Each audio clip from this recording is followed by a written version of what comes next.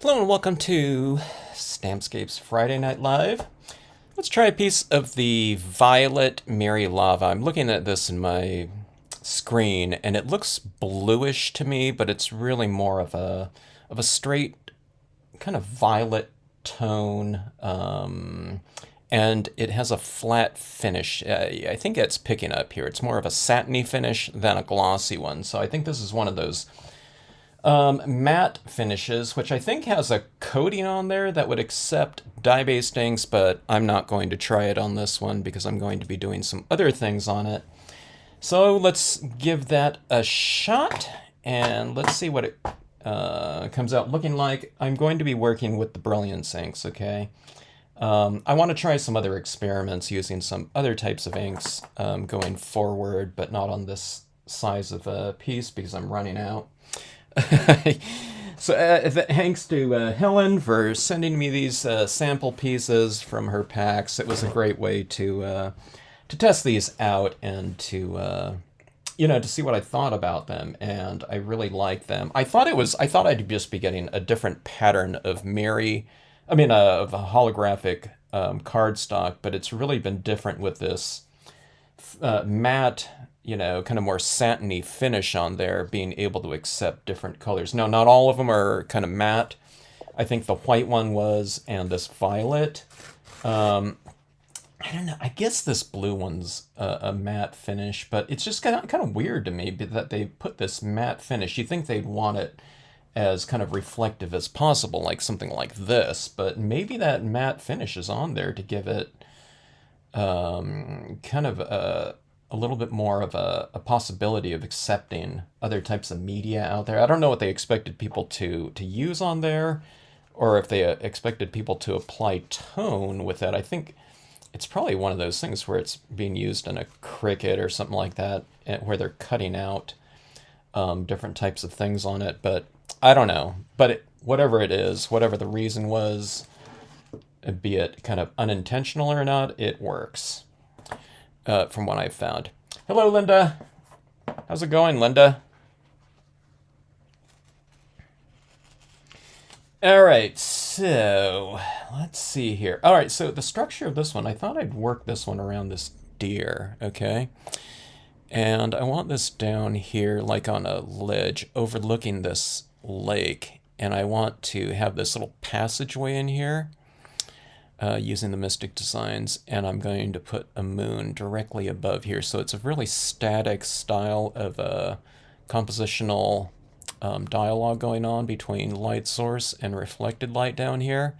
But we try to break it up with this pattern of kind of a S-curvy type of passageway, visual passageway up there to break it up. If it's just straight up and down, it's, kind of a little bit more I don't know what they call it. It's almost like the what do they call that?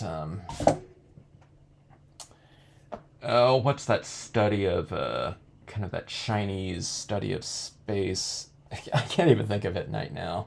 But it's supposed to just kind of lend itself to a little bit more harmony and grace. All right, so in order for all these different types of things to show up on here, I'm going to have to block it out in the background, otherwise it's not going to show up at all here. Hello, Froggy Fresh. The round roof. Wow, that was a long-term project. What an extensive project too. I take it you've uploaded some shots, Froggy Fresh? I want to see that. You've been working on that for how long? Hello, Crystal. How are things in Louisiana?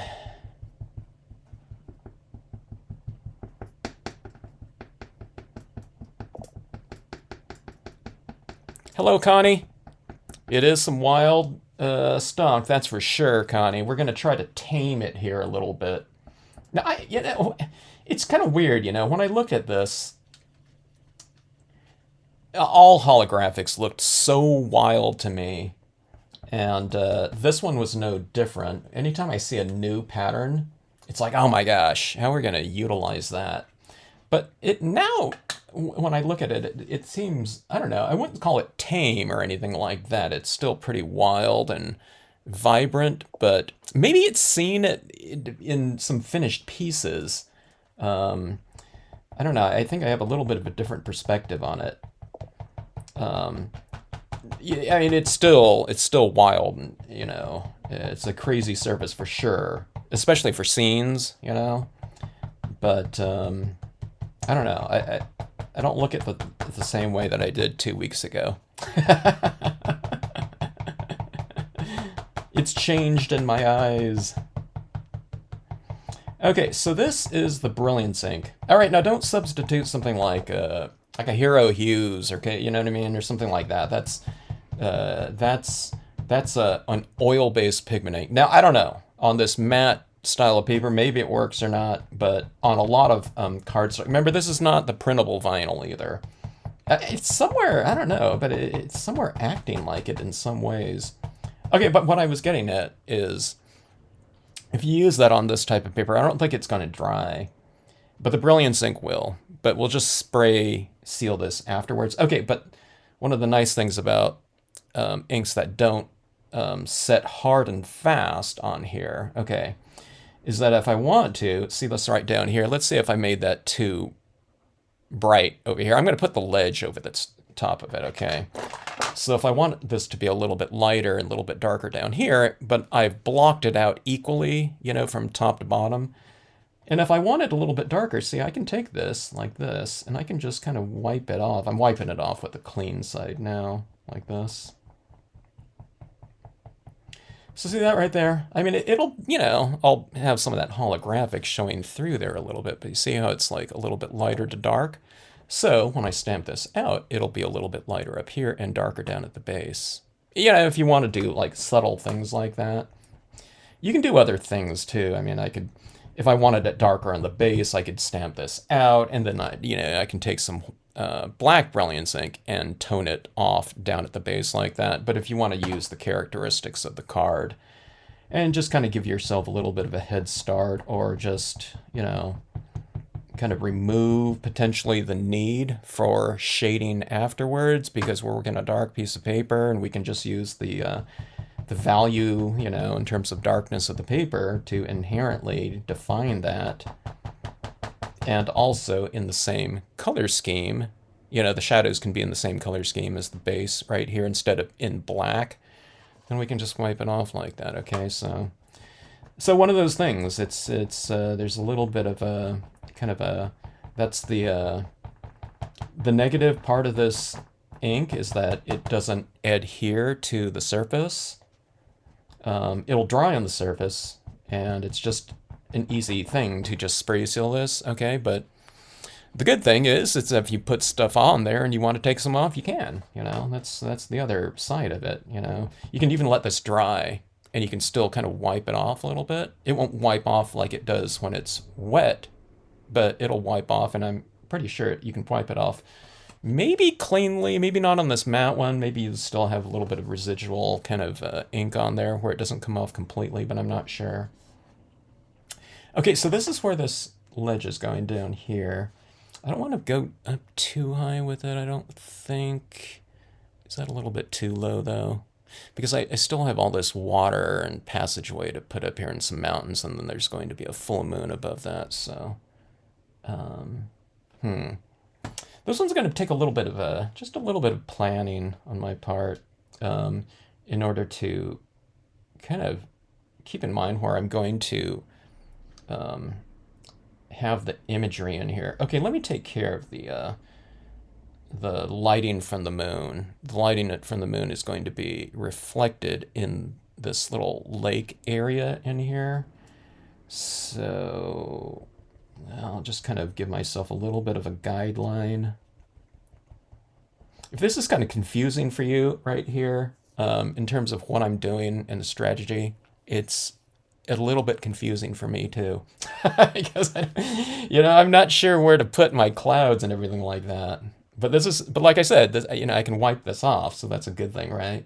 And okay, so this is where I'm going to put my moon too. Okay, it's going to be a 1-inch hole punch right here. Style of moon application. Maybe it's almost too big, but I don't know. I don't have like a half-inch hole punch, you know. So I mean, they're gonna have to go with a. I don't know. I can. You know, I'm not taking time to cut one out on a Cricut or something like that. You know, the exact size. If I was doing one on a Cricut or something like that, if there was a template out there, I think I would do like a crescent moon or something like that. A little. I don't know. It seems like it's always full moons that people are doing. You know, it's just the easiest thing. That's why in the designs I have, you know, the crescent moon and the gibbous moon is in this set, but I had that too. The crescent moon, it's the crescent moon and the full moon that are the most interesting in terms of shapes, I think. Okay, so this is a little bit of a haze. And this is going to be smaller than that, so it's going to be like a sharper interior, you know, whatever sphere. And I want this little haze around it, okay? So that's my little guideline for that. And this area down in here will be, hopefully, the moonlight on the water. I'm going to try to kind of wipe that out a little bit and kind of give it a little bit of this kind of horizontal, kind of rippling effect. Well, that didn't really do it, but but that's like the first layer to it. Okay, so you see, you kind of just smudge it down there. Let me see if I see that right there, and see we want to kind of stretch that out a little bit. So we're taking it out like this, and just kind of ink it up like so, and then stretch it around like that. And then that patterning is going to be in the background. I don't know if that's going to conflict with it or not. You know, it might look weird because this patterning like this horizontal structuring is kind of going against this kind of diagonal lava lamp looking patterning. So I don't know if that, you know, if it's going to look right. I think it'll look like it's like hovering over the surface, but hopefully that'll kind of look cool, you know, and not terrible. If it does, then maybe I'll just wipe this off and I'll, you know, kind of rethink it, or I'll just kind of, you know, maybe have no kind of illumination on the water like that, because maybe this pattern itself will kind of represent that. All right, so that being said, let me just try to figure this out here. Let's see. Froggy Fresh hasn't taken pictures yet. Look forward to seeing those. Louisiana is hot. When I think of Louisiana, I'm thinking it's probably humid there, right? I haven't been to Louisiana in the summertime, but I've been to like Florida.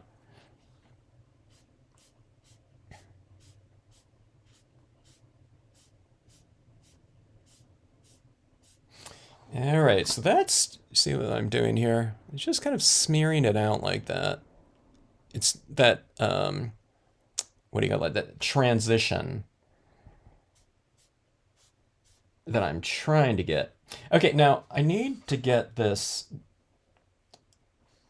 deer. Okay, so if this deer is going to be down here, that's never going to show up in black ink against that kind of wild background. If I stamp it in black and this thing's right behind it, you know, that pattern like that, it's going to be black on black, okay? You can kind of see it like that when it changes, but I just want it to be able to be seen in whatever state the holographic is in, be it, see this is dark right now, but then if you go like that, it's light, right? For that full spectrum of value spectrum.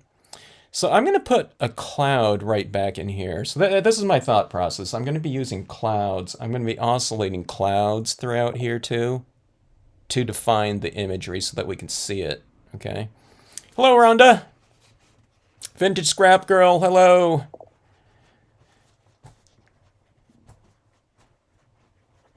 Drink plenty of liquids in the summertime there. Is it hot in Washington now, Jeannie?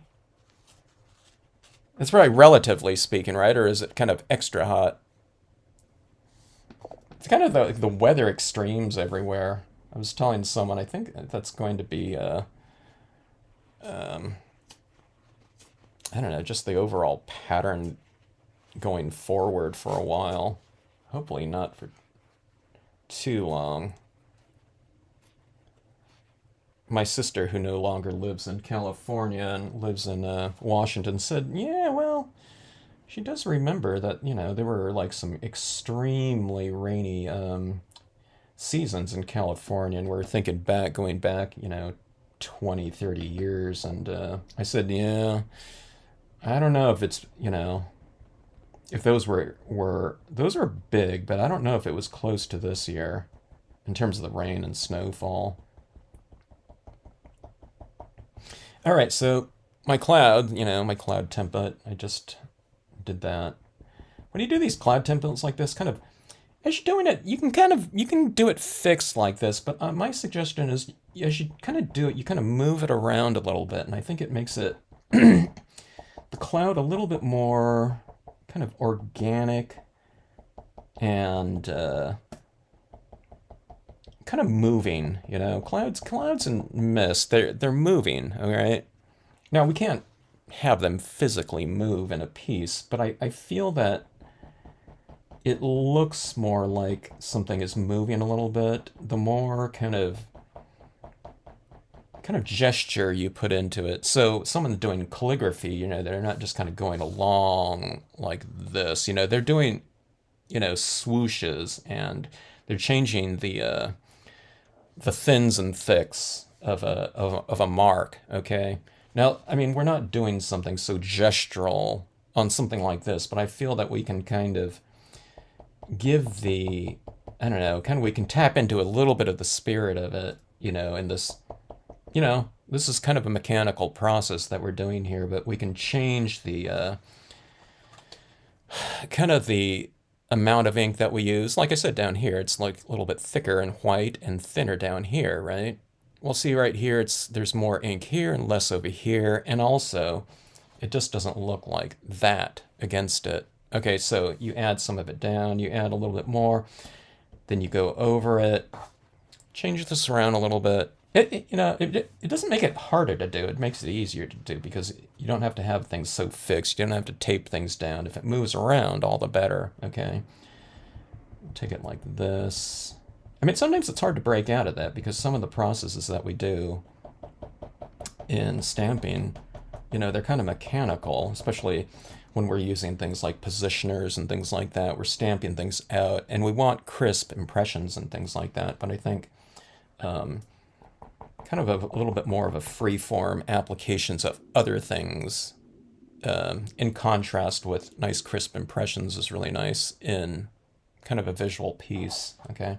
All right, so cloud right here. So that, let's see, it's not, I need it higher, so otherwise its head's going to be sticking in that darker area. So you just kind of build it up. You can come up here if you want to, like this, and go higher, or you can just kind of free form it like this.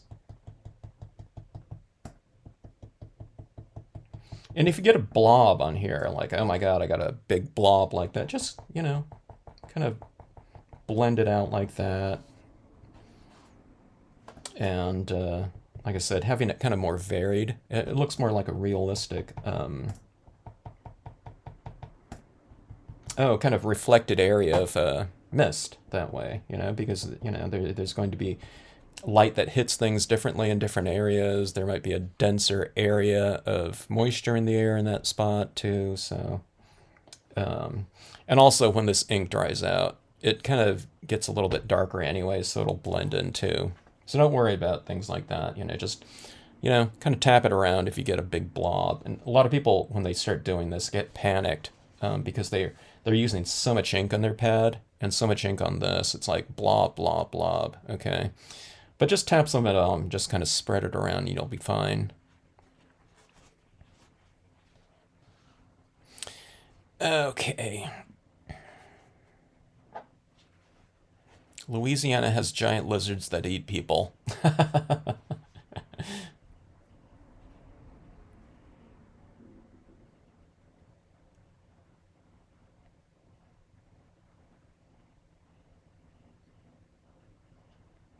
Okay, so I'm trying to figure it out. Okay, so this is going to go over here. Well, I might use the larger one.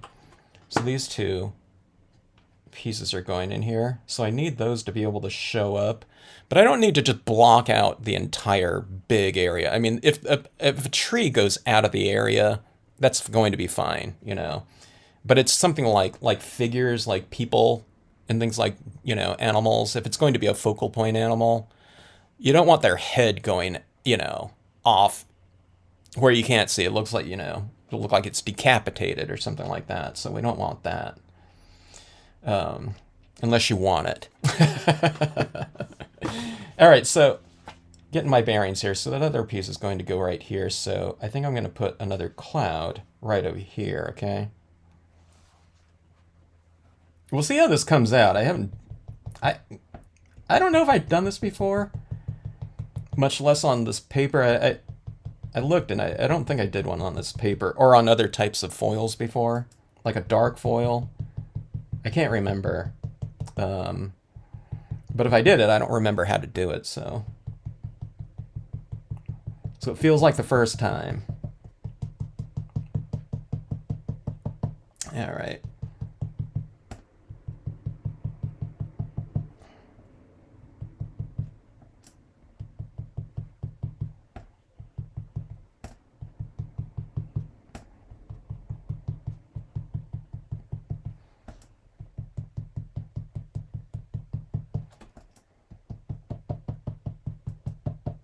If you want to, you can make, like, I don't know, as this goes up, you can change the density of it too. If you want kind of like a lighter, you know, cloud or mist, you can do that.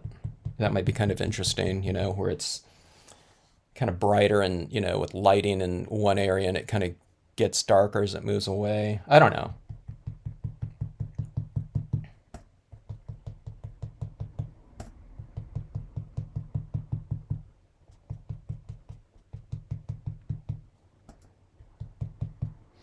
Okay, I'm kind of losing my little lighting on, you know, the surface, that reflected light down here. So let me try to build that up a little bit more. I'll probably have to keep adding it back in. And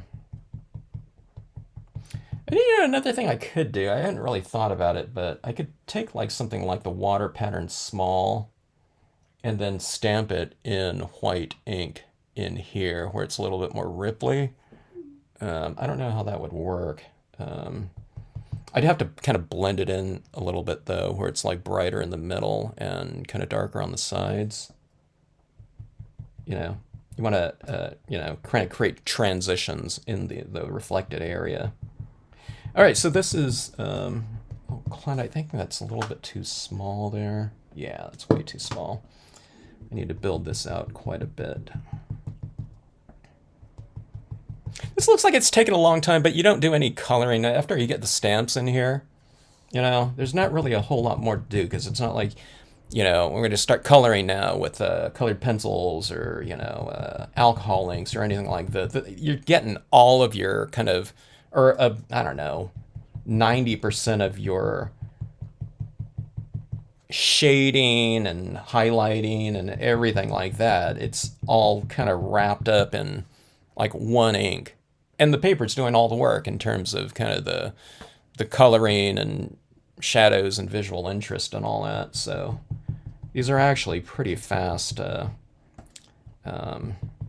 types of cards to do, you know, when you're working on these holographics. You know, the color is already in them. A lot of the lighting, they reflect light, so it takes a lot of the I don't know, it takes a lot of the post impression work out of it for us.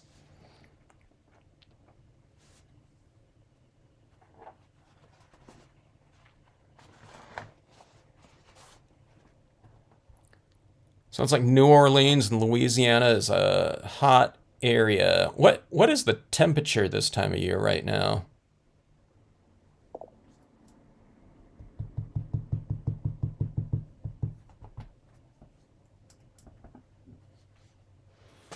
Luckily out here in Southern California, I think it was like today it was like 75. I mean it's been warmer a couple times, but it's been pretty pleasant the last I don't know, like month.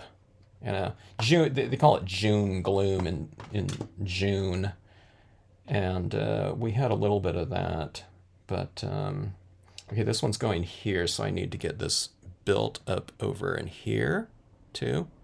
I mean, it seems like the stamp is going to go in here, but I need like all this open area in here kind of blocked off too. Otherwise, I'd have like this holographic just showing right through into these rocks and everything like that. Okay.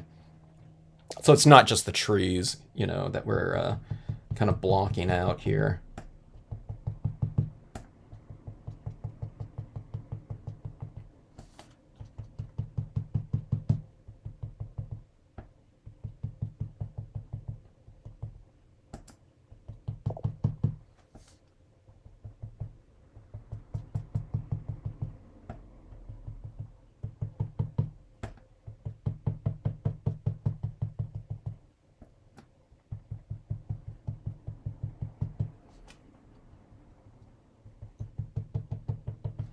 That got really blobby. I hit a really thick pocket of white ink in that area.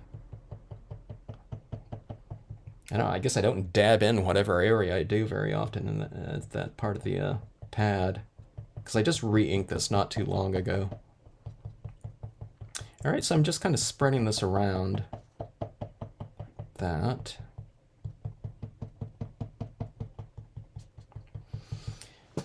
Okay, let me get my bearings here. All right, this is the mountain, and I want a little bit of mist over the top of it, which is like here. And this will be the base of it right here, so I need to go a little bit like right in here, and the bottom part's going to be a little bit darker. This is a little bit of a different process than I normally work with, so if you've kind of logged onto this channel and you haven't seen me kind of create some stuff, this is not the way that I usually work on really just about anything. I'm trying to anticipate where I want kind of the lightness to be in certain images, and I usually just block out the whole thing, but I want these transitions to be taking place in here. So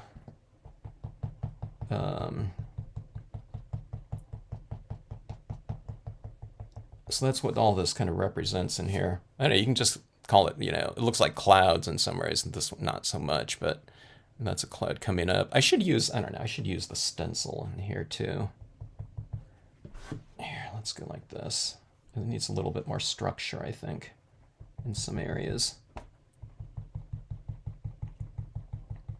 Okay, so here's another thing too. When you're doing this, and it's just this kind of amorphic area, sometimes putting the structure not on the edge of the cloud like that is the best. It's kind of going down into the cloud like this, okay?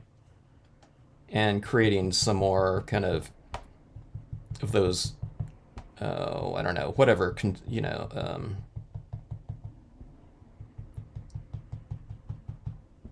I don't know what it would be called, kind of like a depth area is better. See, so we have that little bit darker up there, and it's lighter within this overall kind of structure. Let's do that again up here too, because see, this is just like, there's no kind of shape to this one at all up here. See, like that? So let's give it a little bit of shape. I came like this right up top there, but let's do it more on the interior, or I don't know, like around here maybe.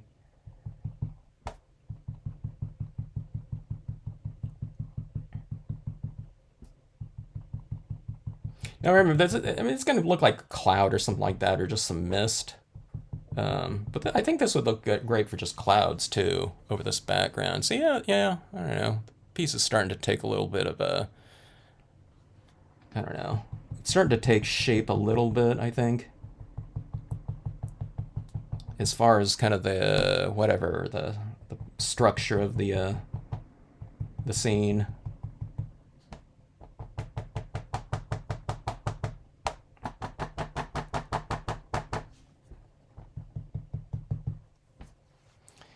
All right, so let's see.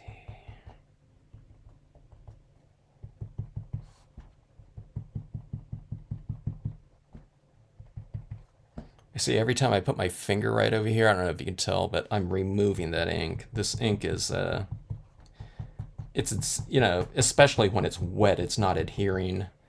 But even when it's dry, it will come off. So hit it with like I would hit this one with a spray fixative, a flat, you know, a flat spray. That would be my preference. If you hit it with a glossy, you'll lose some of the white structuring, and this is a matte finish on here, or satiny finish. It looks more like, to me, they just call it matte. That will become very transparent, the coating on there. I mean, it looks okay too that way, but it's really kind of shiny and deep in terms of the finish on there. And I want this kind of more satiny, you know, end result. I think it harmonizes a little bit easier with these kind of billowy, you know, white clouds like that.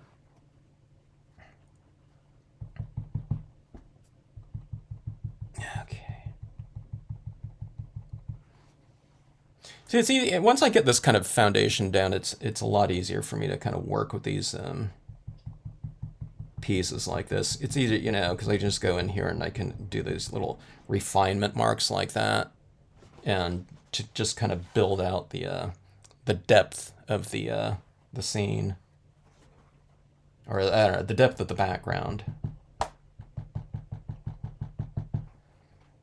Okay, and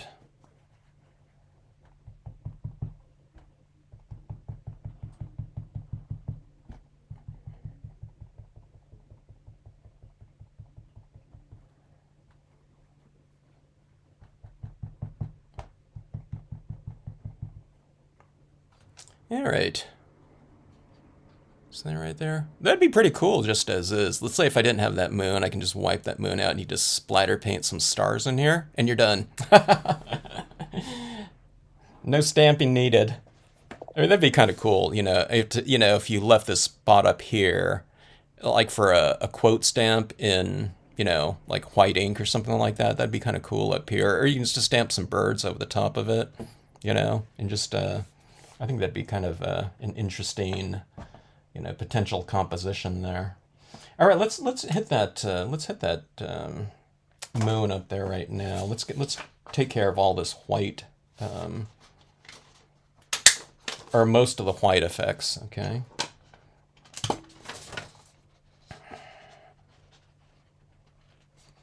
Yeah. It's kind of, it's 75 here, and it's kind of yeah, it's a little bit humid. I'm kind of curious to see what the summer and fall are going to be like here after such kind of an unusual, you know, winter and spring, of course, yeah, with all that rain and snowfall. I was taking a look up at the Sierras in this place called Mammoth Mountain, and just watching the webcams, the live webcams, and, you know, there's still skiing going on there right now. As far as I can tell, it looked like there was quite a bit of snow up there.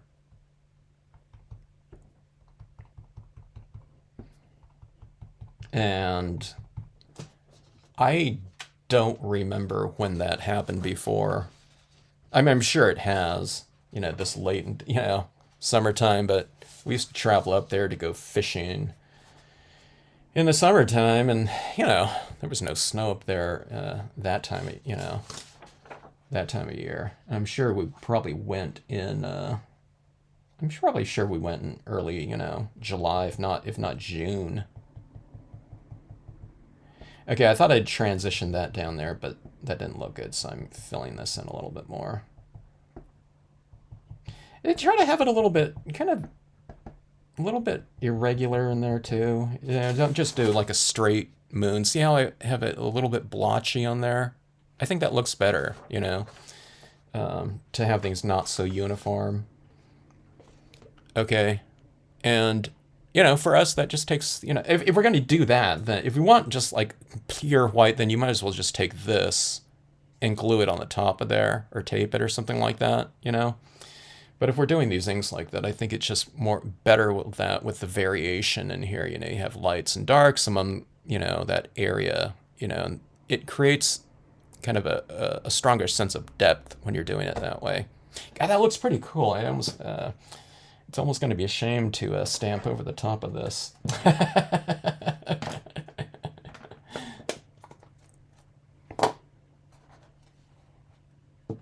What though, with some birds, or you can have like it'd be cool, like a few word stamps. You can put like a word stamp up here, and then another one right here, and then another one right here. Some kind of thematic kind of approach to this piece and this paper. I mean, it would certainly um, highlight the paper a little bit more in terms of a kind of a useful surface to stamp on. You know. I mean, I'm going to be covering this up, and I hope it looks cool anyway, but I don't know. I think those clouds, if you just do some clouds on this this paper, I think that would be really neat. Okay, so Brilliance ink, okay? So I'm working with an ink that's thick, because it's another pigment ink, and again, it's the Brilliance ink, so it'll dry on here, okay?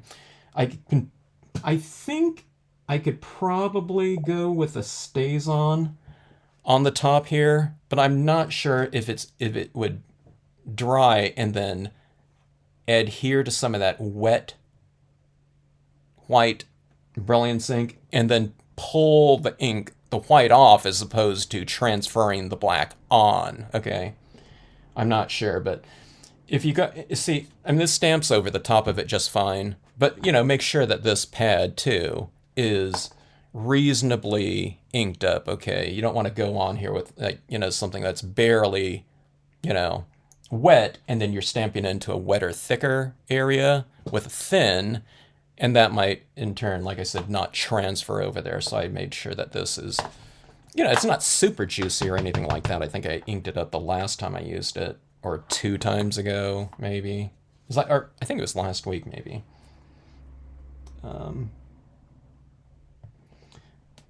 So just think about that. Sometimes it's not just the inks. Okay, I mean, most of the times it is, but it could be see, I could just touch that right there and remove that ink. But it's kind of the amount of ink that you're using on there too that can make a difference. Okay, so you see this right here? I mean, it's subtle up here, but see, this is how it's white up here, and this is a little bit more purplish down below. It's because that's the area that I kind of wiped off some of that white. So it's inherently kind of a little bit lighter up here and darker down there just by having these transitions like in the clouds up here. So we did the same thing on this rock. All right, let's see.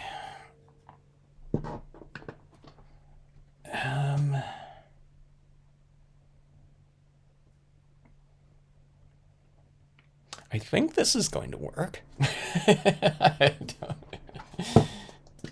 It might, hey, things, it's just paper, right? If it doesn't work out, you can, in theory, you can just wipe off this whole thing, off the surface.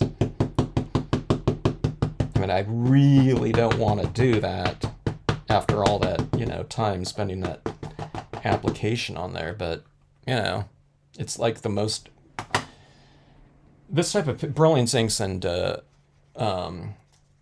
foil cardstocks, it's just about one of the most user-friendly in terms of, if anything happens to it. In terms of applications, though, sometimes it's a pain in the butt, when you're kind of working on it and then you touch something and then, oh my God, I removed the ink, So in that, but I'm talking about just in terms of like a redo on something, impressions or anything like that.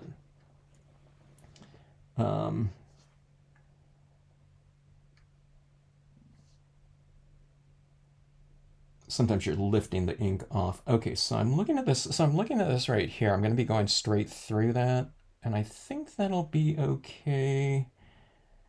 I'm just trying to figure out where I want this to go. Considering where I stamp my other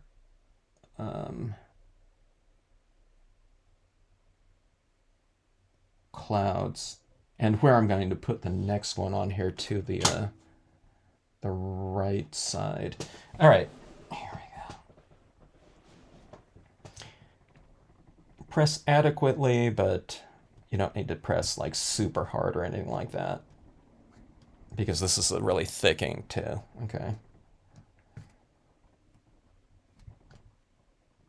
I'm holding this down a little bit just to let that ink transfer. I don't know if I need to do that or not. Like I said, that pad's pretty juicy and wet. Yeah. Okay, so that's what that looks like right there. All right. Huh.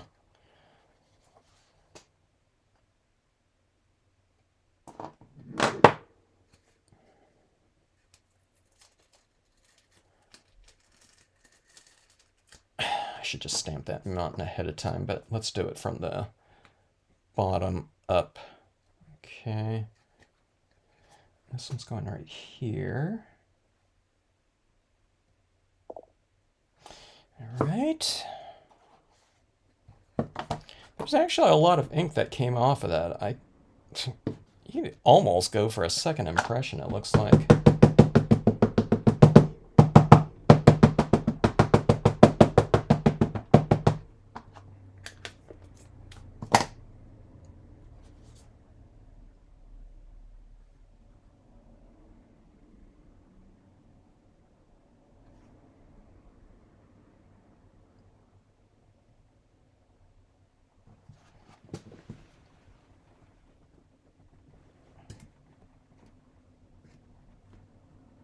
All right, so, we're talking about weather here, or just in general in the chat, but as I look at this, it's occurring to me that this is on there pretty thickly. So, I mean, just depending on where you are is probably going to determine how long you want to, this will take to dry on here. For me, I'm guessing overnight.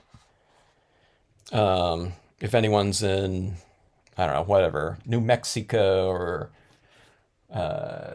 Arizona, Utah, Southwest, something like that, it might dry like in an hour. I mean, this might dry faster, This Brilliance ink is really designed to dry really quickly.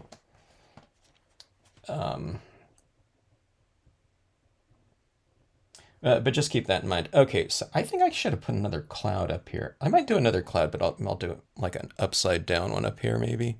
But I'm wondering if I have room for this mountain in here now. Wait, I need to go up a little bit higher. Okay, now see, everything kind of shifted up higher than I thought I'd be doing. So we're just kind of adjusting on the fly, okay?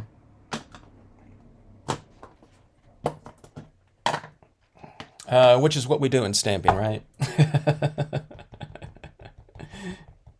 Unless you're following like a given card online or something like that, and it's like, okay, stamp this 3 inches down from the top, or 2.5 over or something like that. Okay. And also I can see where some of my images, I can't go over here too much because if I go into that black, I'm going to be dragging that ink over, so I need to be a little bit careful about that.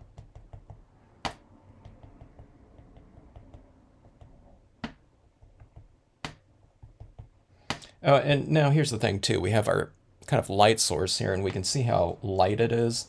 So you can adjust your kind of reflected light accordingly. Like if it's really bright like that, see, I can add in more of that reflected light down below to kind of, you're not really matching it, but you're kind of, I don't know, getting it to match, or harmonize with it a little bit more in terms of a reflected amount that makes kind of sense. So adding a little bit more like that. Okay.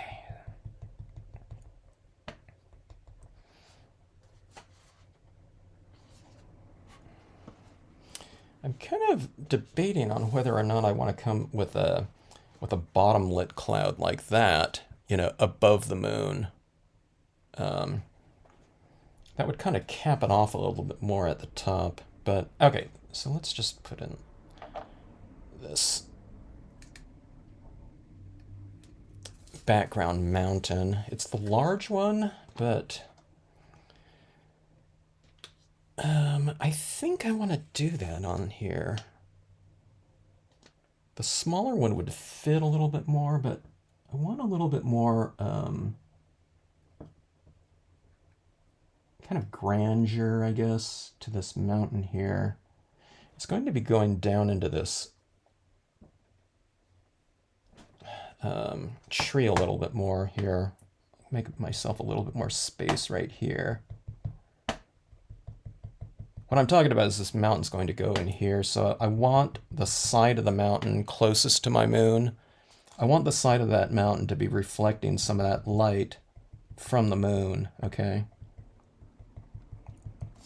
So the mountain's going to go down about this far into this tree, so I'll show you what I do for that. So that it doesn't just, like, you know, merge with the tree, okay?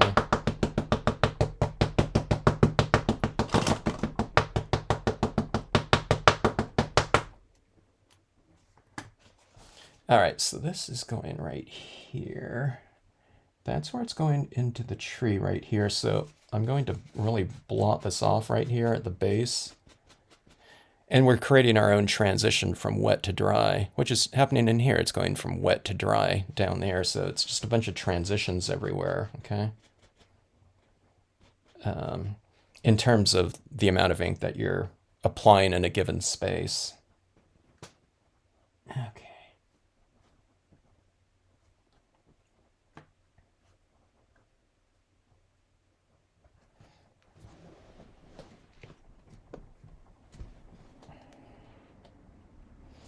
All right, so see that right there? So we can still see the nice silhouette of the tree.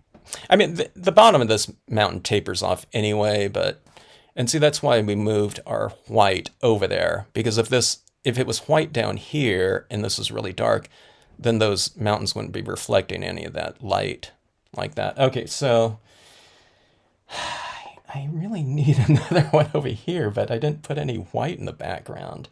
And it's too late to put it in here because I have this tree right here, so but we need a little bit of it though. So let's try this.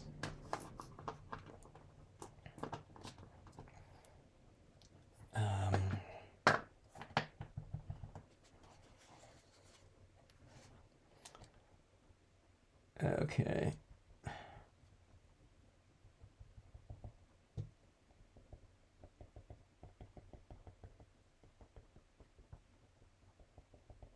This is a little bit awkward here. It'd be kind of cool to have that moon kind of coming out from behind a mountain, but I guess I'd have to wipe off some of that ink there. Let me see if I can do that here.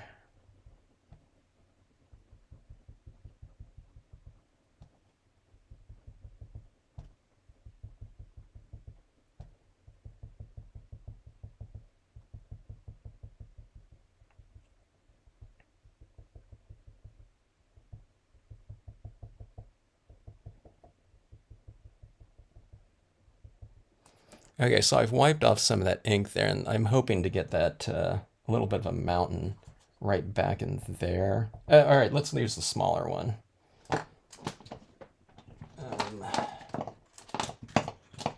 This is going to be easier to maneuver in there, in that space.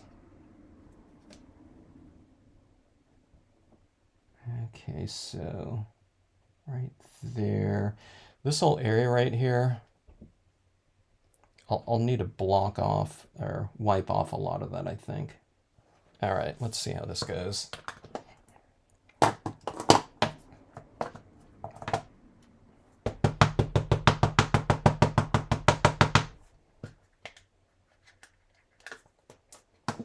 going to be glad when all this stamping portion of this is done. with the light and shadow logistics.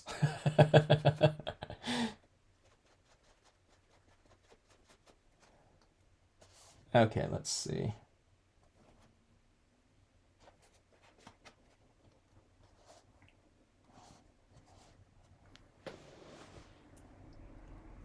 Try to do this without getting my head in your way. All right.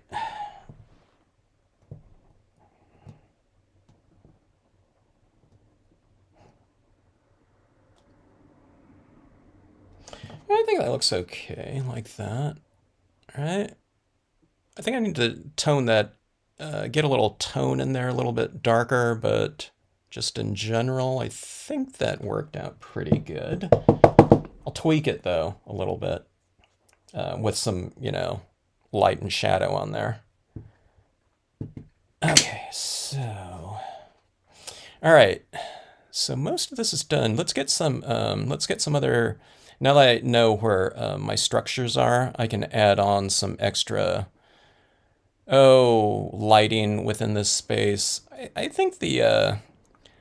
I think the paper's still reasonably well represented. In terms of the characteristic of the card.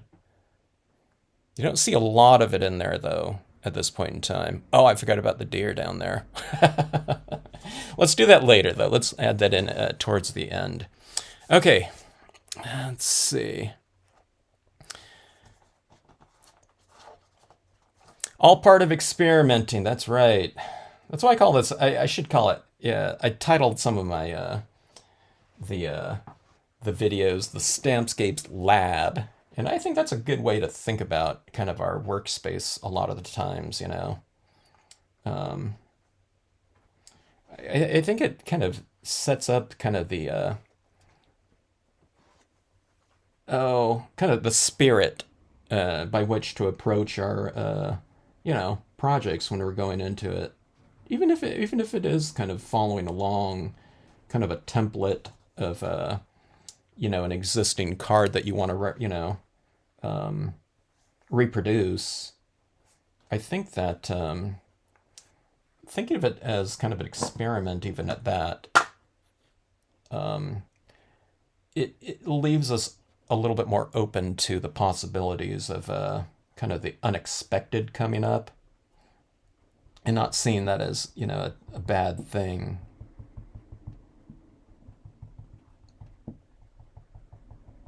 You might come up with a different kind of end result or solution along the way.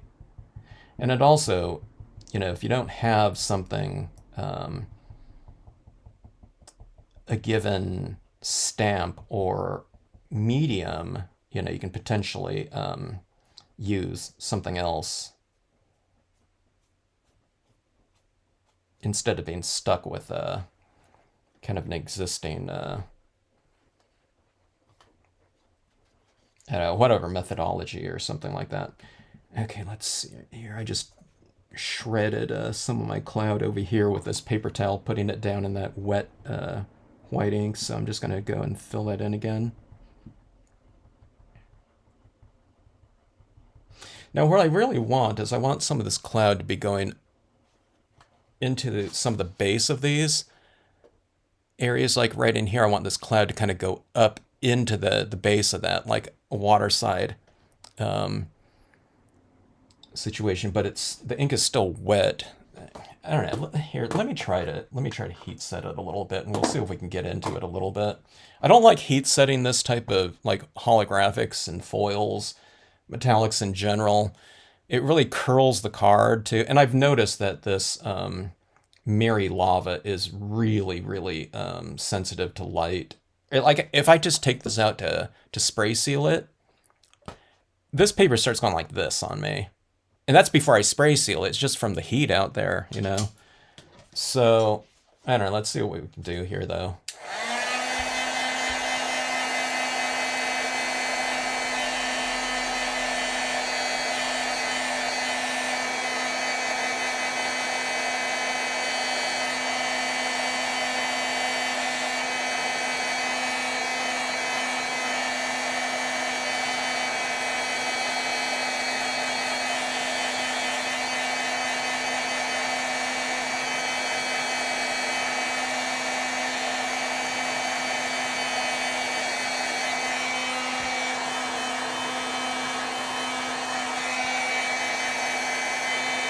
All right, I'm stopping there. It was kind of warping in a good way. It was kind of counter bowing from I thought it would go, I don't know, I thought it'd go that way, but it's actually going the other way. Okay, so I didn't bother trying to dry off these parts right here that are solid black because they're really sopping wet, but I think I could, I wanted to get a little bit like in here in the lighter areas, and then I can get up into them a little bit with some of the white ink, I think.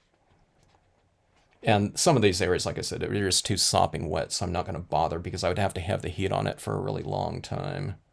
And I stopped right then when I felt that this paper was going to start warping.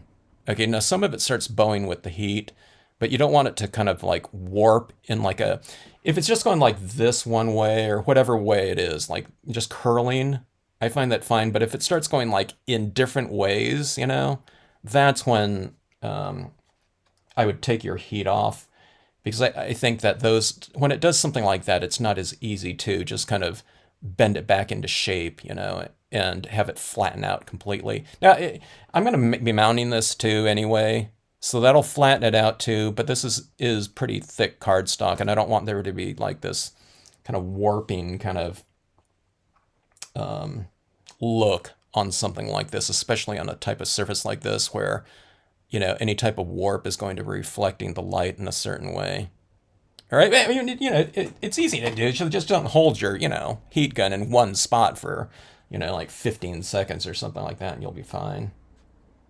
All right, so let's see if we can get some of this. I think that's still a little bit wet, but maybe I can get it with the stencil like that and just go like up and down like that where I'm not like blending this, moving a lot of that black ink around.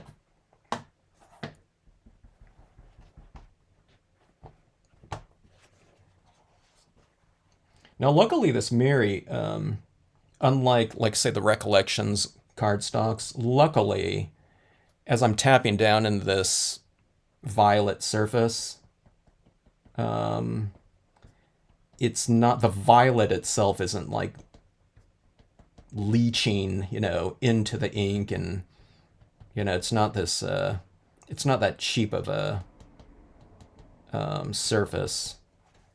Like I said, I like the Recollections because it's really inexpensive and cheap, you know, and to work on. And it kind of grabs your inks because it's a little bit more textural and porous. But it does, some of those colors do leach into what you're doing. So it's like hard to get like a good, like a reflective white in there. Like if I was working on the blue in there, this would look like blue now, you know, instead. And then I would have to spray seal it and then go over the top of it. This one, you don't have to do that. All right. So I'm just coming, I'm not going to do this too much because I think I'm going to be pushing my luck. I think I am picking up some of my, you can see that smudgy black in this a little bit. So I'm just going to be careful not to put too much of this down. Okay, so what I'm doing is I'm trying to sandwich our impressions a little bit with some additional, it looks like there's some clouds in the background and clouds in the foreground like that. So see, I'm bringing some of this into the design a little bit at the base, okay? Like that.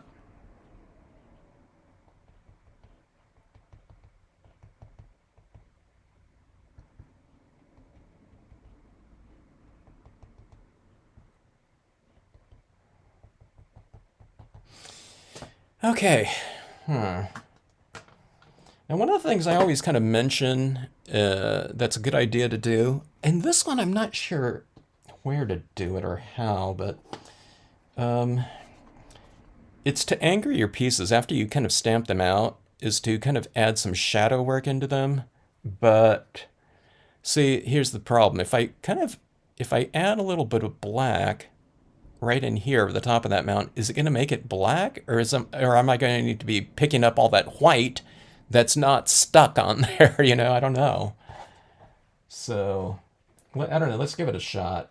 I don't want it really dark in some of these areas because it's already dark, you know. But I would like to anchor down some of this imagery a little bit more with some shadow, I don't know, whatever elements in here.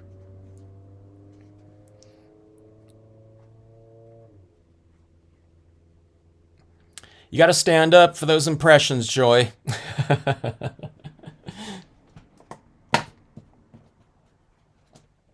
Do whatever is the easiest, is what I say for any type of application. That's why I'm always saying things like, you turn your card in the direction that where it's going to be the easiest to, apply ink, especially if you're doing kind of, repetitive types of motions with your hands and wrists.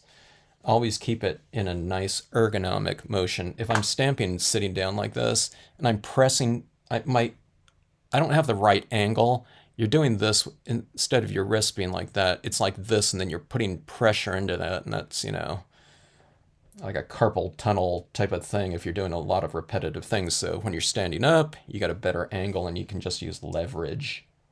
Okay, so let's just start off with a little bit more tone down here. So I did transition this just inherently, but let's get a little bit more tone down here just to make a little bit more of a shadow. Here, I'll do this on one side, and you can kind of see what it looks like here. All right, so see that right down there where it's really kind of transitioning into the shadows like that. And I'll do the same thing over here on the boulders with lichen, like that. It's almost, I don't know, I almost went too dark on that. I'll be careful about that. Again, this is like kind of wet. And see, I would anchor out this whole thing right here, but the thing is I have that cloud down there already, so I usually put the cloud or the mist over the top of my shading. So this is kind of working in opposite, and I don't want too much of that in there because I want to retain the cloud, that misty kind of area. All right, let me see if I can get a little bit of a vignette going on here too. Okay, so and I'm adding this down. See, I'm adding like that amount right here. So if you're doing this and you're doing this kind of subtle transitioning for this type of thing, that's a little bit too much there. Really blot off your applicator, whatever applicator you're using, and kind of dry brush it into your piece. Right, that black is really sticking down there. I'm finding that when I add this on in a really thin style of application like this, it seems to stick pretty well. And again, I think it's that matte surface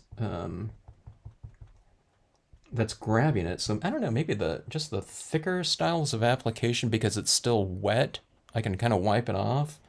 But this kind of dry brushing of this black directly onto the paper, not onto the white, but onto the paper part, it seems to dry pretty fast. So just, I don't know, keep that in mind if you get some of this and do this.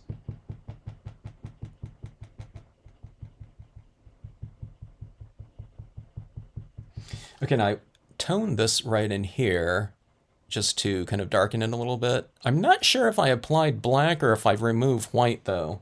It might have been a little bit of both.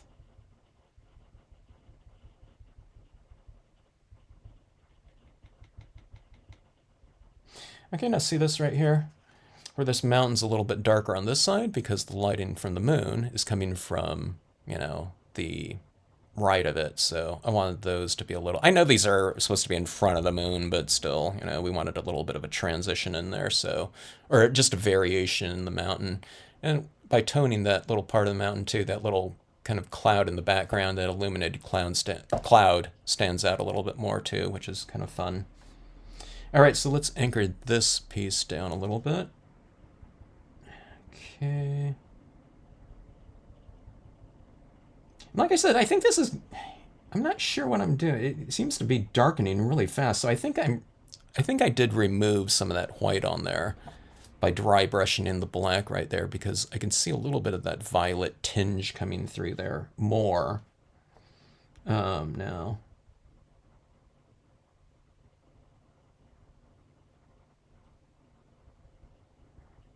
Okay, I need to be careful about this because this is, it looks really, it's like I said, it's going on there really fast.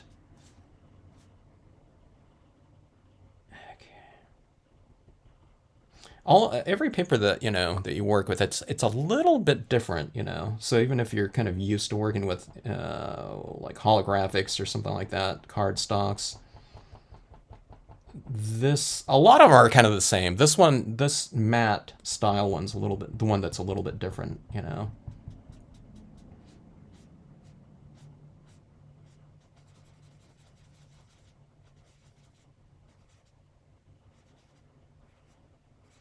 Yeah, this here, this is a better. Here's a good kind of movement to that. I'm able to get like a really nice. See that right there? I don't know if you could see that right there. That's a really kind of graceful application of it. The circular motion right here. It's kind of like buffing, you know. It's like I'm polishing shoes or something like that instead of applying some kind of ink on here. I think that looks better though. I was getting to something too globby like that. Kind of, you know, stroke, you know, swiping it like that. But this seems a little bit better, I think.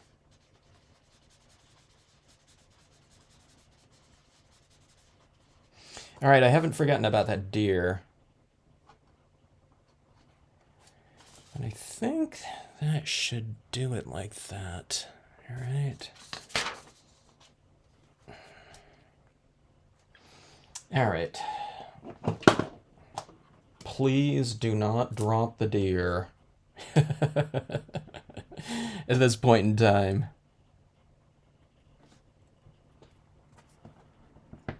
Please do not drop the focal point. Is what I'm saying to myself inside. All right. Oh gosh, did I even leave room here? See, if I stamp it too high, it's going to be going right into this part of the mystic trees. So I need to stamp it a little bit lower. Or wait, maybe I could stamp it over here. Let me see. If I stamp it right there, stamp it right here. Hey, that might be okay too. Let's just put them in the corner. All right. Thick ink. Don't skew it. The metallic cardstock with thick ink, you know, impression skew. That's the biggest kind of issue with stamping on here. This one's a little bit more. It's not quite as slippery because I'm stamping. I'm not really stamping onto the holographic here. I'm stamping more onto the white Brilliance ink. So the Brilliance ink is providing a little bit of a kind of surface tooth to that impression there. Okay, if you're doing, you know, if you're stamping on things like this, super mirrored type of cardstock, you know, watch when you apply your ink like that, because sometimes you can go like that a little bit after you apply it. Because it just, you know, it's just so, the ink is so thick, it's not going into the paper at all. Everything about it is on the surface, and it's easy to kind of have it move on you even slightly. If it moves like a 1/16 of an inch, it could kind of blur something out. Larger designs, it doesn't matter so much, but it, you know, if it's birds or something like really subtle like that, or someone's head, you know, it could look a little bit blurred. Okay, so let's add in some little refinements here. And how about some additional foreground? Let's see. Yeah, let's use the bamboo here.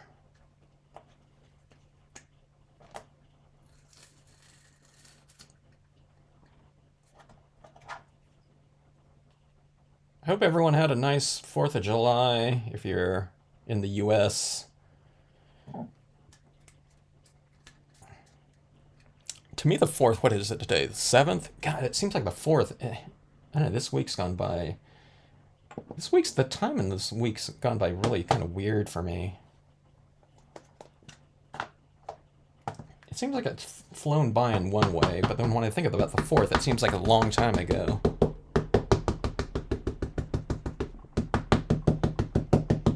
Okay, so the bamboo branch.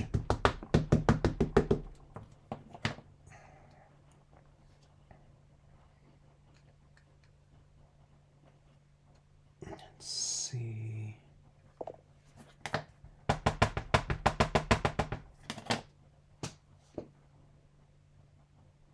I'm trying to figure out a place to where I can hold this piece of paper down, because if I touch just about anywhere, it has ink on it that'll be removed. Okay, let's go like about right here. I inked up a lot more than am using here, but ink up more than you think you'll need.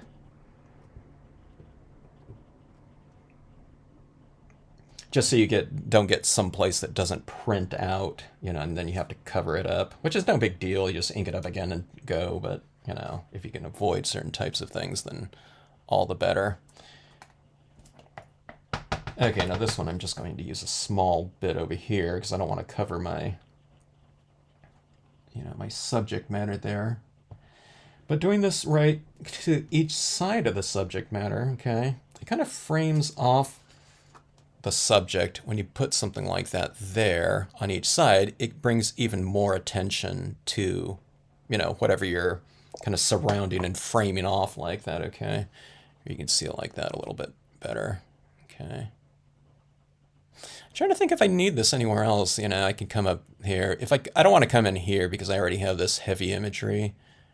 Let's put another something right in front of this place right here. First of all, I didn't tone in there that well. I don't know if you could see it right in there. If I do anything like that, a little bit more white up there would be good, but I kind of toned in like that, and I don't know, it wasn't a really graceful application of it.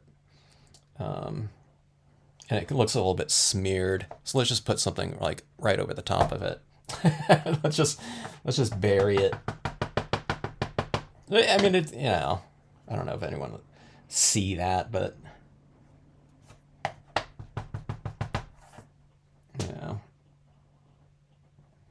think about in scenic stamping, if there's anything that we don't like, we just cover it up with a branch. All right, let's see. Okay, let me get a dark impression with this one. Let me let that adhere and transfer.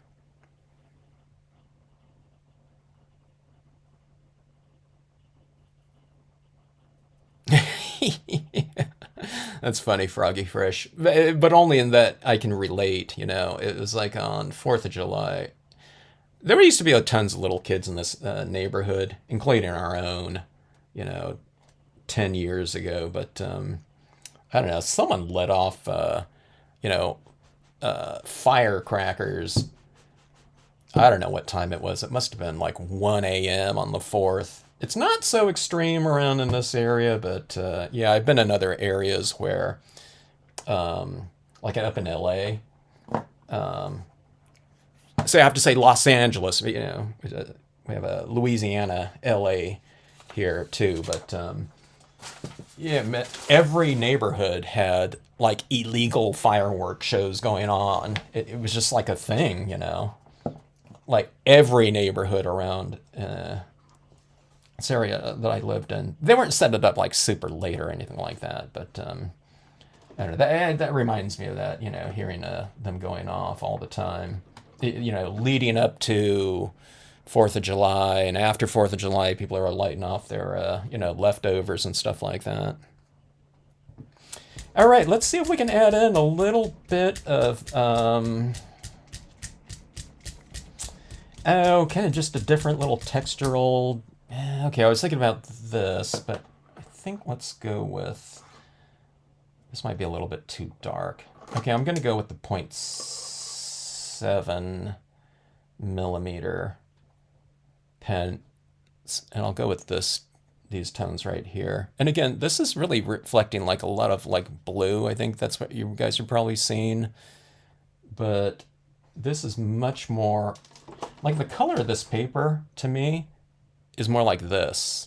I don't know why it's reflecting for my camera like really blue, but if I put this right next to it, it's like this paper is, I know you can see it in some angles maybe a little bit, but the color of this is like this right here, and it's almost the same type of satiny kind of violet. It's a little bit darker too in some areas, but it's the spirit of it is more like this, okay?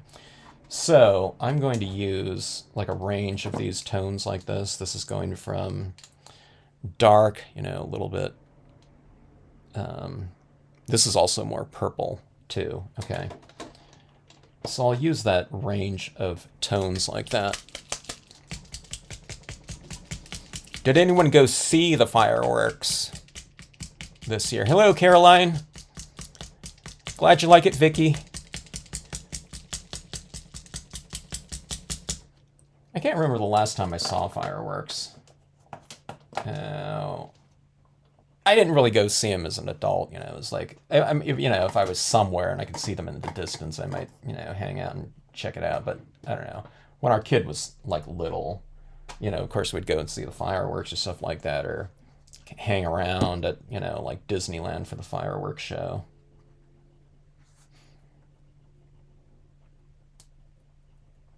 But I don't know. We don't go really out of our way to see them anymore. Not that I'm, not that I don't like them, but I don't know. I don't want to get like real crowded areas, like finding parking and all that.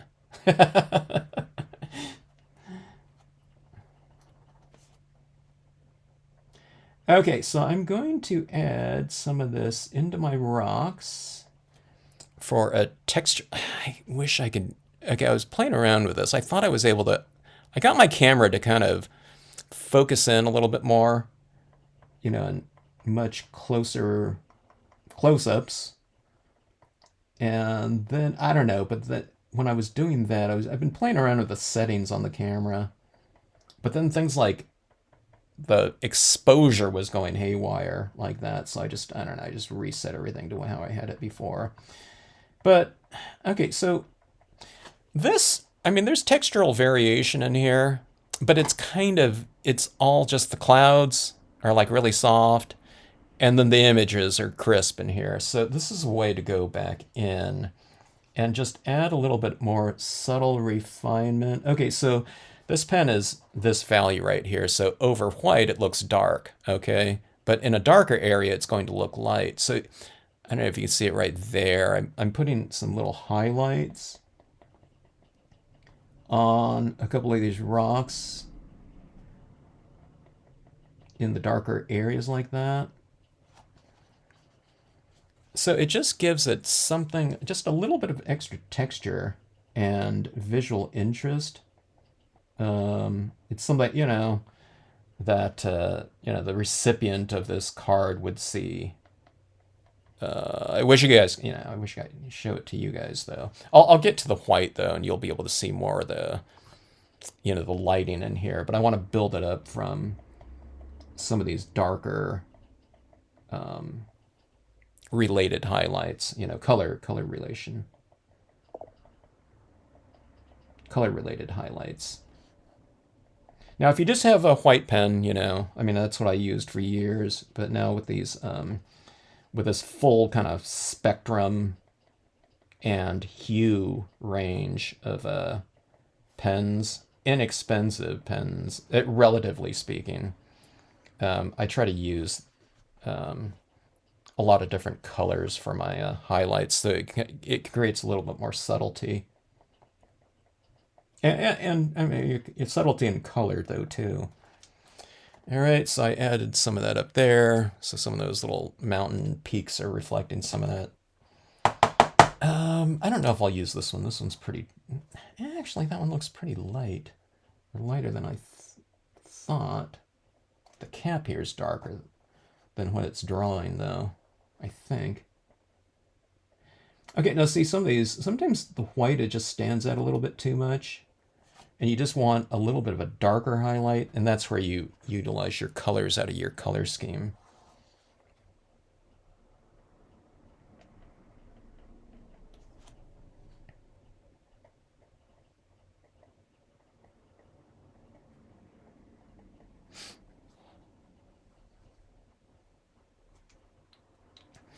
Okay, here's my question. Has anyone, anyone that lives in an area with, a city that, where, the legal fireworks are, sold. When's the last time? Has anyone bought any fireworks? Or do you buy fireworks on a regular basis? That was pretty fun. We were up in Oregon at my brother-in-law's place years ago when, all of our kids were kind of younger. And his kids had never lit their own, did their own fireworks. So, we picked up a bunch of, the usual stuff, a couple fountains and, of course, the sparklers and what is it, snakes and I don't know. Oh, those flowers. What is that? Piccolo Pete's. Yeah, that was fun watching the kids, light their own stuff, especially when it was their first time. And they weren't super young either, so there was no problem having them, do their own thing. All right, so see that right down here, all those little highlights kind of like that. So you can see them, all those, it's like crawling with little dots like that, but this is like the normal viewing distance, so it's not like, I don't know, like Christmas lights all over the landscape or something like that.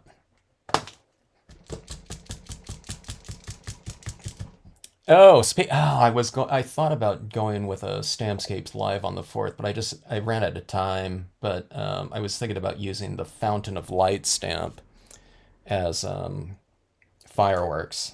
Someone had done that before and sent it to me. It was like, oh, that looks really cool. She had it like, these people were in this kind of celebration, but it reminded me of those fountains, those firework. I think they're called fountains. They're like little cones, there's, kind of that little plumage. And I thought about doing something like that. I don't know if I've used them like that before or not, but I thought about it. I thought that'd be kind of cool to do. But I don't know, like I said, I ran out of time. Okay, here's the white here. So the white is going to have the greatest amount of contrast. And I'm working like upside down here so I can have access to the trees on the left side. Like this. And sometimes it's not easy to do this into wet ink. So some of this black is still a little bit wet. So I need to kind of be careful or try not to have some of that ink go up into my tip because it dries out and it clogs the tip as I'm working with it. It doesn't clog it permanently, but it's kind of a hassle to kind of get it kind of flowing again. Here, I'll put this right here so I can use this as a scribble piece. Okay, now see this mountain right here? Let's have this mountain kind of reflecting some of this light, or a little bit more. So we have that white blocking out in the background, but then we have this kind of more sharper highlighting effect, with our pen like that. See that little white on there? So I'm doing this. This is a 0.7, so it's pretty thin, but I'm also just kind of adjusting my little tapping motion where I'm like probably applying like a point, I don't know, 2 dot down or something like that, millimeter.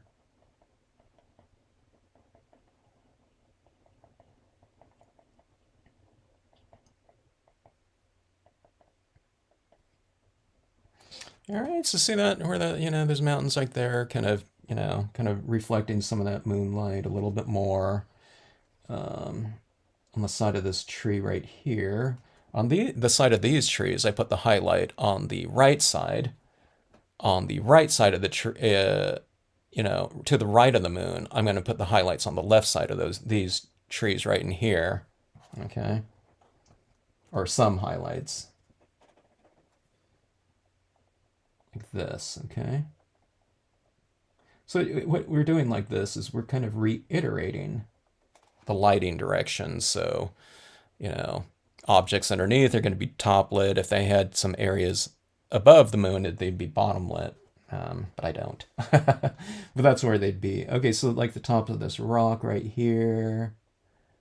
There are these rocks. They don't put them over everything. It'd be a little bit overkill like that. But see, that little area like that kind of makes that whole section seem a little bit more three-dimensional, because you're saying that lighting is hitting it in a different area of this design or whatever grouping of objects a little bit differently.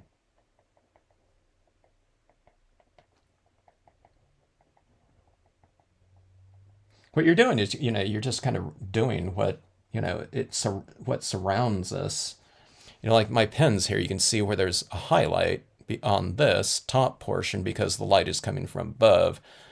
Here, my pen is right here, and you can see that highlighting is coming from right there, directionally. So, the top of my hands are tan too, but you can see, where there's shade right here and being highlight right there, everything's there's highlights. So it's kind of like doing what, is in, everywhere we're at, things are being kind of lit, even in a really dark area. If you can see anything, there's going to be different highlights, and different strengths in there. Okay, so see this right down here. It's kind of bringing the piece, those little rocks to life a little bit.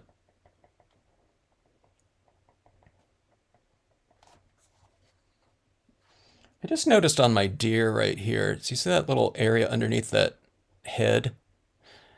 That stamp kind of did this thing where you're stamping kind of a thick ink into something, and then when you lift it off, because that ink is still wet on the stamp, it kind of did that thing where it's not really kind of fisheye. Fisheye is usually where colors kind of separates in the middle and it leaves this kind of line where it didn't apply, but this one did that thing where it didn't transfer it. It created a little bit of a vacuum, and then I lifted it up. So I'm just going to come into it with this, and I'll fill that in. I didn't even notice that.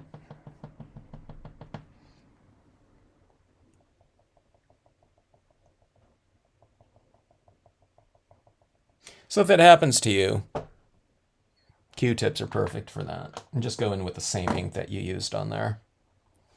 All right, so anyways, there's your highlighting in there. I can highlight some of those clans, but I think I'm going to leave that as a different textural form within this space.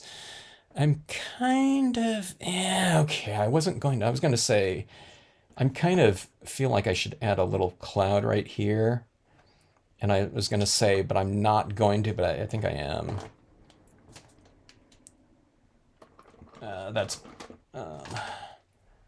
I think it could look a lot better. Let me see, do I still have my cloud template? All right, let's go like this. Let's put another little cloud right in here, okay? Because I want that mountain to be kind of transitioning into something. Okay, am I going to be lifting anything off here? Oh, do I have my... I don't have my white cotton ball here anymore. So let's use a new one here.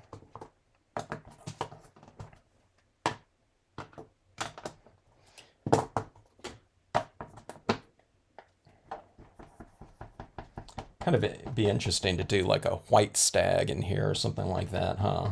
That, what is it? Isn't it like a mythical, thing? Or if someone had like a unicorn or something like that. It'd be kind of interesting to do a light on dark, kind of impression or something of that sort. Okay, so I'm just kind of putting some of this in here and kind of smashing it down a little bit, like so. And hopefully that mountain is reasonably dry. I think it should be, but I don't know.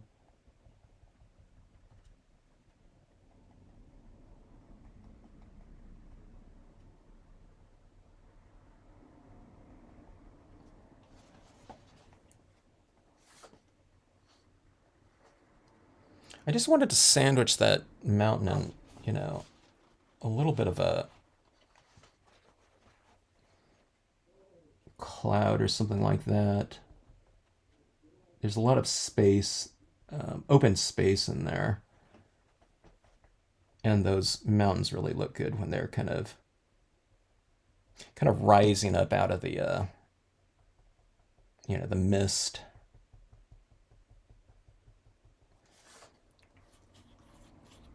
All right, I think that looks a little bit better. Yeah, we need to transition that more, though, don't we?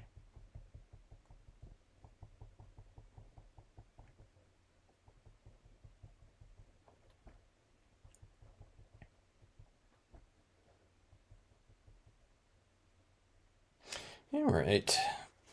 I'm thinking about, I could come in here with a little bit of texture too, like some stars, but I don't know if I'm going to. I might just leave it at some like moonlight. Anyway, let's see. You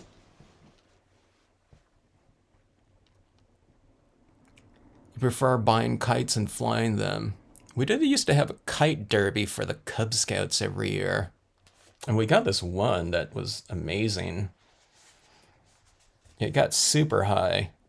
I hooked it to like a rod and reel, like a deep sea rig with some heavy line on it, and it makes it so easy to reel it in from I don't know how many 1,000 feet that thing got up there. But that was fun, getting out and flying a kite. I hadn't flown a kite in years. All right, so that is the piece right here. I'm counterbending it right here. It's a little bit bowed. Can you see that right there? Look at that. You can even wrap that around a mug.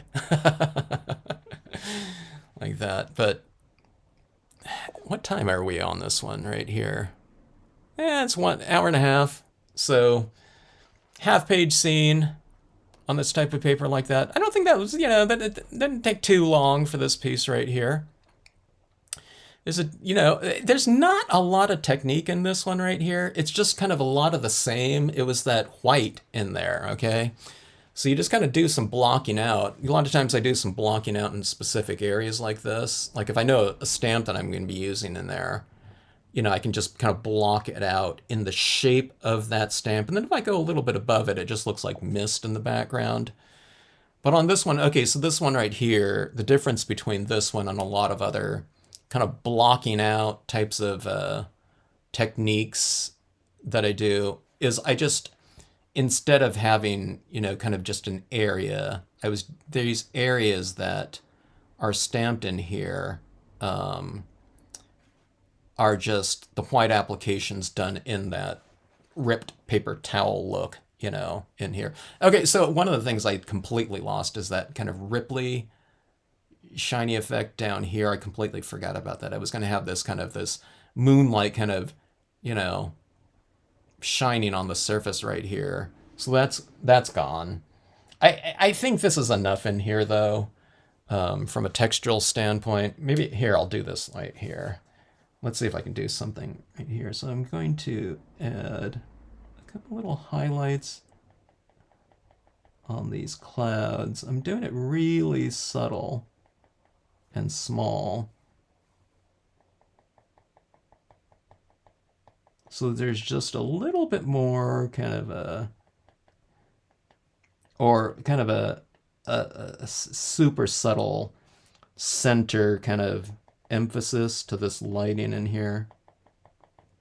Here, I'll put a little bit more there and put it down here. I don't know if you could even see that there, but I put a little bit here, here, here, here. I guess I'm not going down real super vertically, but here, balance that out a little bit. So instead of it being in the water as those kind of striations, it's just kind of, on the clouds. But I don't know, maybe the whole water area is covered in, clouds, or most of it, or I don't know, the areas where we can see the, that Mirri Lava holographic represents the water, and it's kind of reflecting the colors up in the sky or something like that. But I don't know. So this is the type of thing you can do on any type of foil. It doesn't have to be this Mirri Lava, but I do think that Mirri Lava adds a little bit more to it than just going on with a straight dark blue, say for example, foil. That's kind of fun. It kind of puts things in motion a little bit more. Just the straight, foils do it too. I don't know, this one's not foil, but it's kind of a reflective. I don't know, it is foil, but it's just kind of more of a satin monochromatic. So you'd get the benefit of, having kind of lighting kind of reflecting at you a little bit more. This one just does it in a pattern.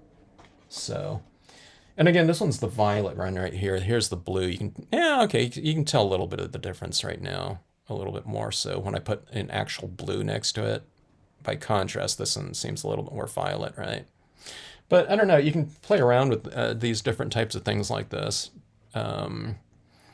And just take advantage of the surface for all of your coloring, and maybe a lot of the shadow work too. Like I said, after I got those images stamped down there wasn't a whole lot, that I felt that I needed to do to bring any kind of visual interest into it, because just inherently when you're working on a visually interesting type of paper or more dynamic paper, a lot of our work as far as creating something kind of interesting and eye-catching is already done for us. You can't, there's something to be said for that. So, okay, but anyways, like these techniques on here, you know what I mean? Don't try it with like a memento ink or something like that. I'm hearing from, like I said, in some of the comments or something like that, you can experiment, with your various types of surfaces, but I wouldn't do this with like a dye-based ink because it's never going to adhere to it. So sometimes I'm hearing back from people that like substitute brilliance for memento. It's always memento for some reason, which is like the thickest style of dye-based ink, which might work on the matte white Mirri holographic. It looks a little bit different, it just kind of reveals kind of the more striking colors of the foil underneath when you use a dye based on that one, but I don't think it's going to adhere to this one. And something like the Hero Hues one, the oil based style of pigment ink, I don't know if it's going to dry on this. So I've had some people, trying some things and getting so frustrated from like using an oil-based pigment ink over the top of like a metallic foil, and then instead of stamping the black images out in like a brilliance, a nice thick, black brilliance ink, they're using the memento over the top of an memento's a water-based dye. They're using that over the top of an oil-based pigment, and it just, I don't think it's going to adhere. I never say never, because someone might, use something on some type of surface and lo and behold, it works, And there's different types of brands and, the viscosities of the inks are a little bit different. I don't know, like what was that type of ink? The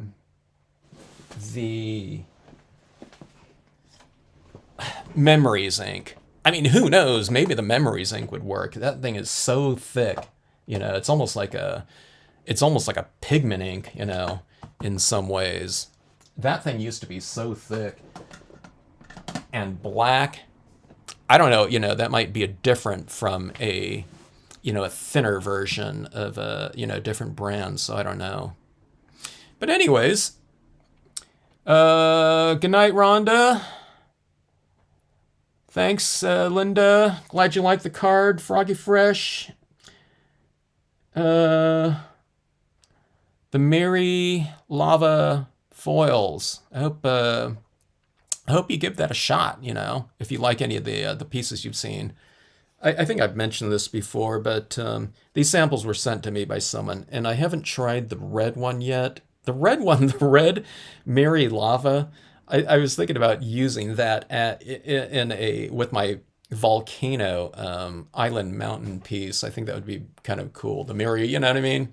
It could represent lava, but I think it would just give it that kind of look, or you could be like some kind of like, I don't know, thing in Middle Earth or something like that, you know, with a, you know, ominous kind of reddish tones or something like that. Or, gosh, maybe it's time to start doing some new like Halloween pieces again sometime soon. You know, this kind of aggressive looking, you know, red lava, you know, foil piece. I think that would look pretty cool with just some, you know, dark silhouettes over the top of it, or like a graveyard or something of that sort. Yeah. So something like that, you know, I need to give a try. But okay, was what I'm getting at here is I really like these darker ones like this, like either this violet one, the blue one. But I think that white one though, that white one might end up being my favorite Mirri holographic, just in terms of what we can do with it. You know what I mean? I mean, for heaven's sake, I used the watercolor pencils on it, and it worked on that thing. And then you can do stuff. Someone that sent it to me said they brayered the holographic before they stamped on it. I was like, what? You know, so she had this light blue one that had all those kind of colors and everything like that showing through. I thought it was the light blue Mirri holographic, okay, that I used, and maybe it was a week ago in that baby turtle scene. But no. Okay, so the bottom was like white, and she had other things going on down there. But the top of it, I think, was brayered with the white, with the light blue dye-based ink. Okay, so what it did was it just got rid of that frosted white top, and it made it like super reflective and light blue holographic, okay? And that dye-based ink stuck to that, but it just made it more, it got rid of all the frosting of it, so it just had a different look up there altogether, you know. So, but that one, I don't know, it seems to take a lot of different types of inks and media, including like watercolors of all things. So I don't know. You know, if you want something kind of fun to play around with and it's pretty dynamic, give it a try. And you can do other types of things. You know, some of the fastest cards I've done over this last couple of years were on those early holographic pieces that I just did. You know, where I just stamped over the top of it with like a trees or the lakeside cove, and then just splatter paint some stars up in the sky and done. You know what I mean? And then you can have all that kind of patterning and effects going up there like that. So it can make for like a super quick and easy card. If you're going to be doing like, I don't know, sending out whatever 10 to people or something like that, or if you're someone that sells cards too, you know, some people sell their cards. I think that would be a big type of attention getter, you know, if it's sitting somewhere in a whatever street fair or something like that, and having all that kind of reflective type of patterning kind of reflecting and kind of dazzling people. All right, everyone, hope you have a great weekend. Thanks for joining in and checking out my latest little experiment here.